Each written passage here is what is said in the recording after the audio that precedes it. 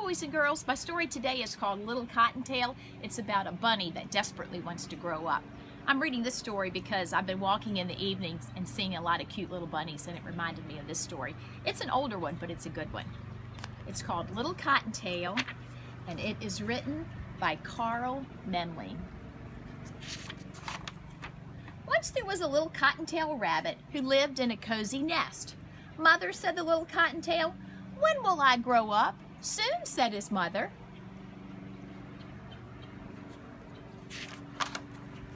"But first, little Cottontail, you must leave the nest." "Leave the nest," said little Cottontail. His little round nest was just the right size. It was soft and warm with a bed made of grass and tufts of fur. It was a nice nest. A mother and father rabbit peered down at him. Their babies were still too young to leave the nest. They wondered what little Cottontail would do. With a flop and a hop and a hump and a bump, little Cottontail left the nest. "Now am I grown up?" he asked his mother.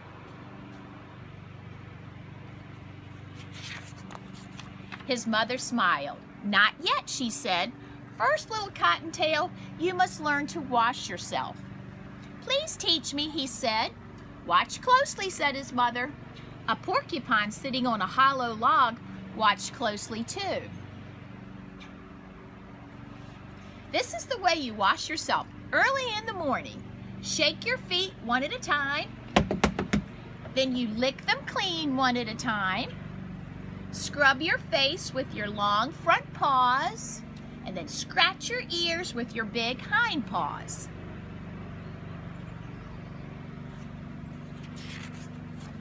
Then fluff up your fur and lick it clean, and you'll be bright and shiny early in the morning. "I can do that," said little Cottontail, and he did.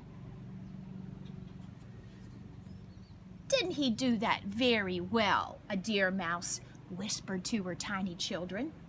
"Now am I grown up?" said little Cottontail. "Not yet," said his mother.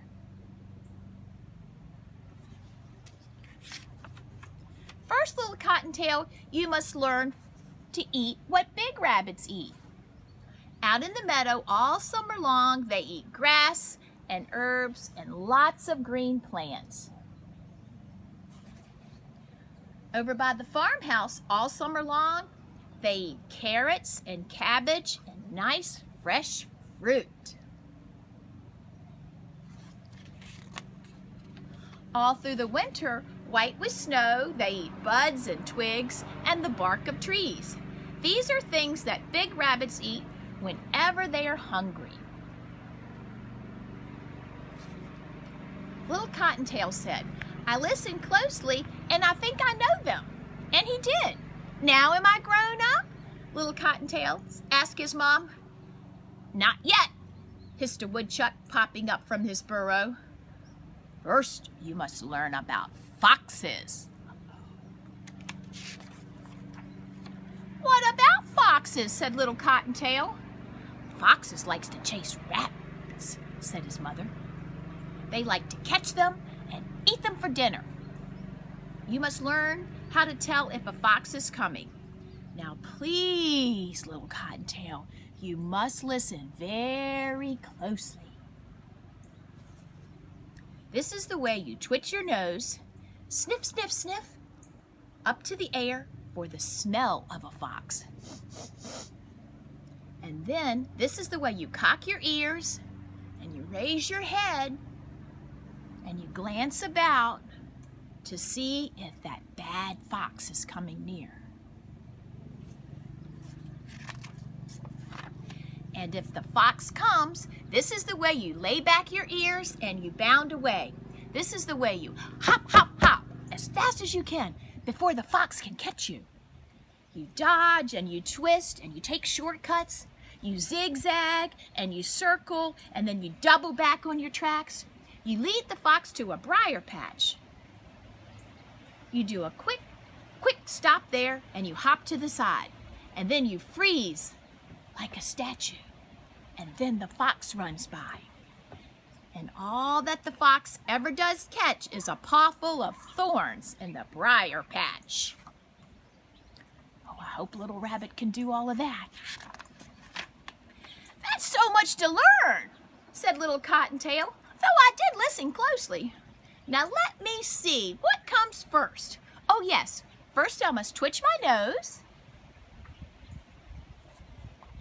So little Cottontail twitched his nose to sniff the air for the smell of a fox. Then he cocked his ears and he glanced about.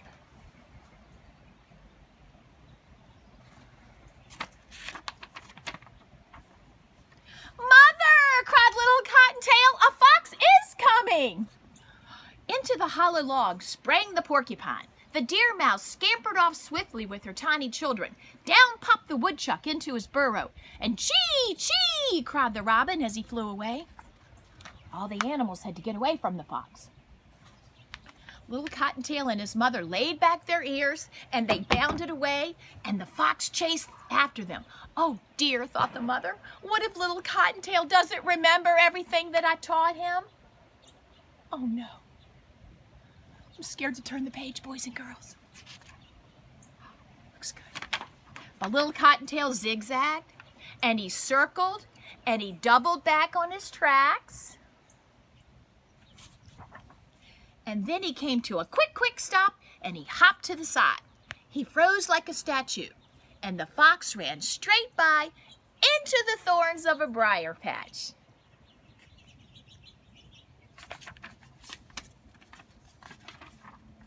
"Mother," said little Cottontail, gasping for breath, "now am I grown up?"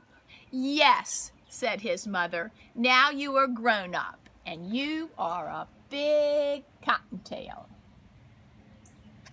So the little bunny did grow up. What a good story. I'm glad that he escaped that bad fox, aren't you?